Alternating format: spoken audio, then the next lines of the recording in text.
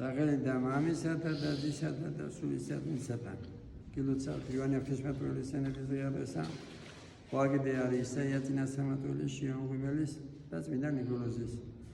შეგვეძიოს ეციური ეკლესია და იოანე ღვთისმეტყველი კიდე მოციქულთა შორის იყო და ფიზიკურად მარტო მაგი გადაურჩა წამებას 12 მოწლიდან 11 აწამას. და იოანე ღვთისმეტყველი ცნობილია როგორც სიყვარულის გადაგებელი და მართლა სიყვარულის გარეშე ადამიანი არაფერი არ არის. რატო? იმიტომ რომ მასში არ აღმერთი ადამიანს რო სიყვარული არ ამოძრავებს, მასში არ აღმერთი. შენში როდის აღმერთი, როცა შენ გამოძრავებს სიყვარული, მაგრამ მაინც სანამ არ გადავისვები ჩვენ სანამ სხეულში ვართ. ამ გულში მიდის ბრძოლა, თამოყვარეობა, სიყვარული და სიყვარულში ხარ, მაშინ თავისუფალი ხარ. შვილისგან, სიძულვილისგან, განგეთხვისგან.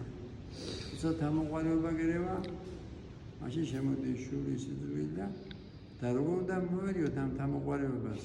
ღვთის მადლით, სულის წმინდით და მადლობა ამას, რომ ამის საშუალება გვაქვს.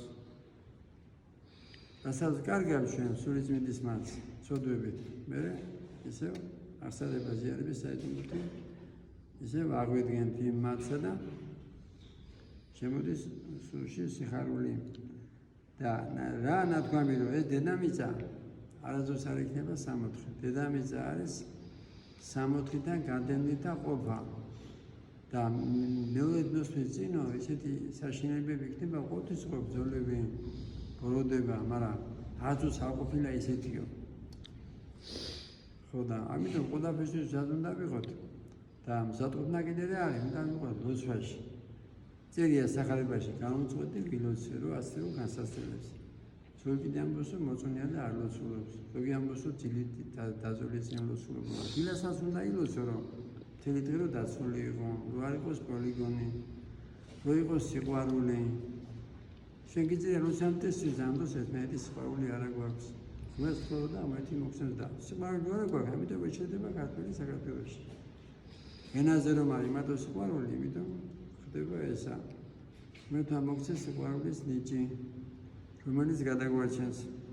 ქრისტე აღდგა. ჭიშმარიტ დარწმუნა. ქრისტე აღდგა. ჭიშმარიტ დარწმუნა. ქრისტე აღდგა. ჭიშმარიტ დარწმუნა.